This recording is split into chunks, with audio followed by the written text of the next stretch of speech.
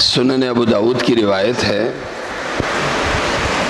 حضرت عبداللہ بن عامر بن العاص رضی اللہ عنہما روایت کرتے ہیں کہ اللہ کے نبی صلی اللہ علیہ وسلم نے ارشاد فرمایا، غفلۃ کغزوۃ،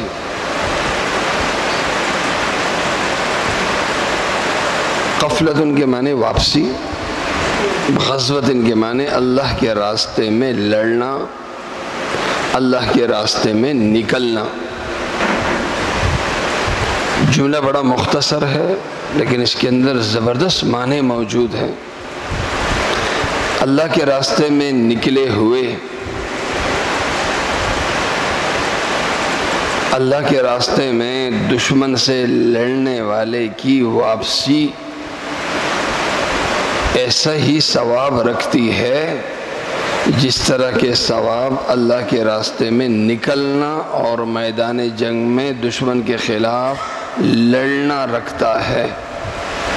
یعنی جو اجر اللہ کے راستے میں نکلنے کا ہے، جو اجر دشمن کے خلاف میدان جنگ میں لڑنے کا ہے، ایک مجاہد اگر گھر آتا ہے تو گھر واپسی پہ اس کا وہ اجر ختم نہیں ہوتا بلکہ اس کا وہ اجر چلتا رہتا ہے۔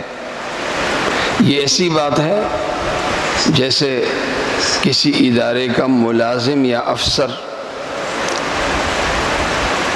جب چھٹی پہ جاتا ہے تو چھٹی پر جانے کی وجہ سے اس کی تنخواہ نہیں کٹتی بلکہ اس کی تنخواہ چھٹی کرنے کے باوجود بھی اس کو ملتی رہتی ہے۔ کیوں؟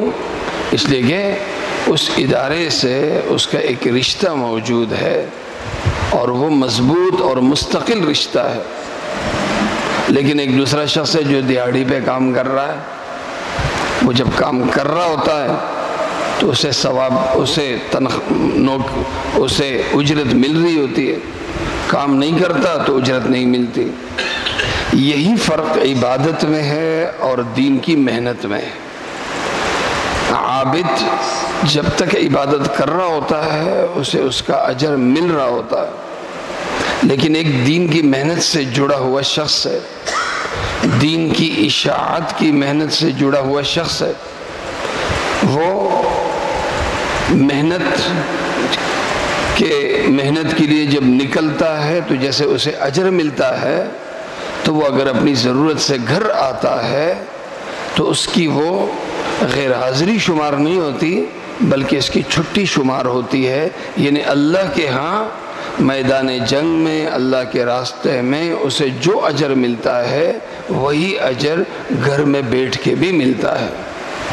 اس حدیث کے ذریعے جو تصور دیا جا رہا ہے وہ یہ ہے کہ ہم اپنے آپ کو عبادات کا پابند نہ بنائیں بلکہ عبادات سے بڑھ کر ہم اپنے آپ کو داعی بنائیں، اپنے آپ کو مجاہد بنائیں، ہم اپنے آپ کو غازی بنائیں۔ اللہ تعالیٰ مجھے اور آپ سب کو عمل کرنے کی توفیق عطا فرمائے۔